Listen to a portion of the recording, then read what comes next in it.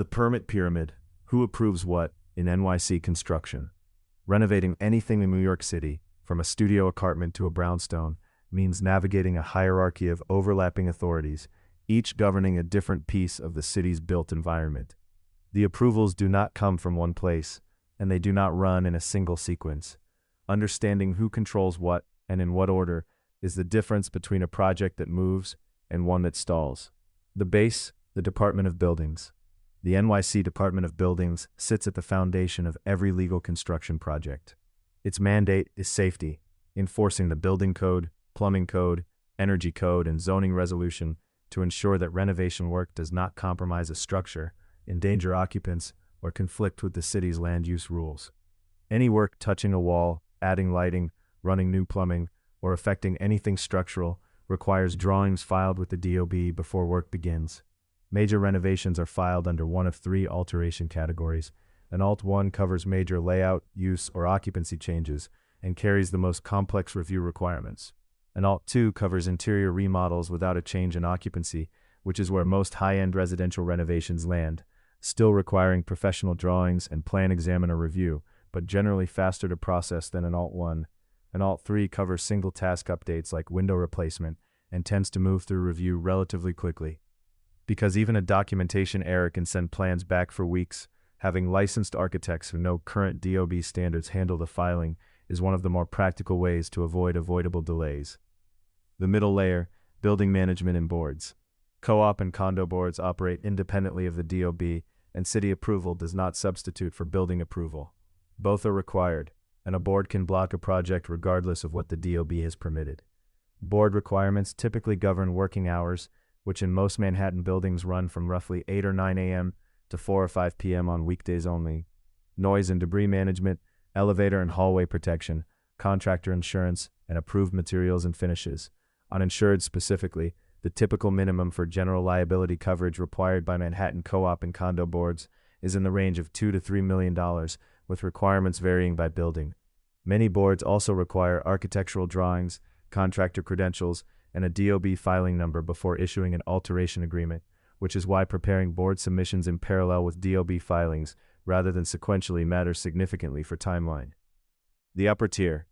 Properties in New York City's historic districts fall under the additional jurisdiction of the Landmarks Preservation Commission, which reviews any visible alteration to protect the architectural character of designated areas.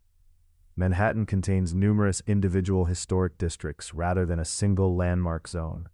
Soho, Greenwich Village, and several distinct districts on the Upper West Side, including the Upper West Side Central Park West Historic District and the Riverside Drive West End Historic District, among others. Exterior walls, facades, roofing, window frames, and exterior colors and finishes all require LPC review in these areas, even for buildings whose interiors have been fully modernized. LPC approval runs on its own timeline and must be secured before DOB filing in most cases, which is why it needs to be factored into the project schedule from the start, rather than treated as a parallel track. The hidden tier: environmental, utility, and transportation authorities. Depending on scope, a renovation may require approvals from agencies that operate entirely outside the DOB and board process.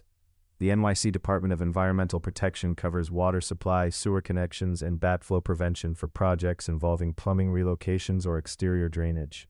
Con Edison is involved when electrical service upgrades, meter installations, or load calculations are needed. The FDNY reviews sprinkler systems, fire alarms, emergency egress, and fire-rated assemblies. And the Department of Transportation issues permits for sidewalk sheds and scaffolding, which are required on many larger Manhattan projects and represent their own approval layer with their own timeline and cost. These agencies do not communicate with each other, which means coordination has to happen at the project management level rather than assuming approvals will flow automatically between them. The apex, the certificate of completion. The final approval at the top of the process is the letter of completion for Alt 2 and Alt 3 projects, or the certificate of occupancy for new construction and Alt 1 filings. Without one of these documents, a renovated space cannot legally be occupied, insured at full value, or sold without disclosure complications. Partial completions can be covered by a temporary certificate of occupancy, while remaining work finishes. Getting to this point requires sign-offs from the licensed plumber, electrician, and engineer of record, all of which need to be sequenced and scheduled in advance, rather than chased at the end of the project. Why the system creates delays. The most common source of delay in this process is not rejection, but misalignment. Conflicting requirements between the DOB and a building board, missing documentation at the point of submission, uncoordinated inspector schedules, incomplete contractor certifications, and mismatched architectural and engineering drawings are the recurring culprits. Each authority has its own documentation standards, review rhythm, and expectations, and a gap in any one of them creates a bottleneck that stops the others from moving forward. Treating the approval pyramid as a single coordinated system, rather than a sequence of isolated checkpoints, is what keeps projects on schedule. The permit system itself is also what protects the city's architectural fabric, keeping the structural and aesthetic integrity of its buildings intact across decades of renovation activity. Navigating it fluently, rather than working around it, is what turns a complex approval process into a predictable part of the project timeline. What is the difference between DOB approvals and building board requirements? DOB approvals are issued by the city and focus on safety, code compliance, structure, fire protection, plumbing, and electrical systems. They are required by law for most non-cosmetic work and apply citywide regardless of building type. Building board approvals are issued by co-op boards, condo boards, or building management and focus on protecting the building and other residents, governing noise, work hours, elevator access, contractor insurance, deposits, and construction methods. Boards can be more restrictive than the DOB, and city approval does not grant permission to start work in a co-op or condo. Both approvals are required independently, and neither substitutes for the other. Which additional agencies may be involved beyond the DOB, and why do they cause delays? Several agencies may have jurisdiction depending on the scope of work. The Landmarks Preservation Commission reviews exterior and visible changes on landmarked buildings and in historic districts. The FDNY reviews fire alarm systems, sprinklers, fire-rated assemblies, and life safety elements. The Department of Environmental Protection is involved in water, sewer, or drainage-related work. The Department of Transportation issues permits for sidewalk sheds and scaffolding required on larger projects. The Department of Health applies to certain building uses or system changes.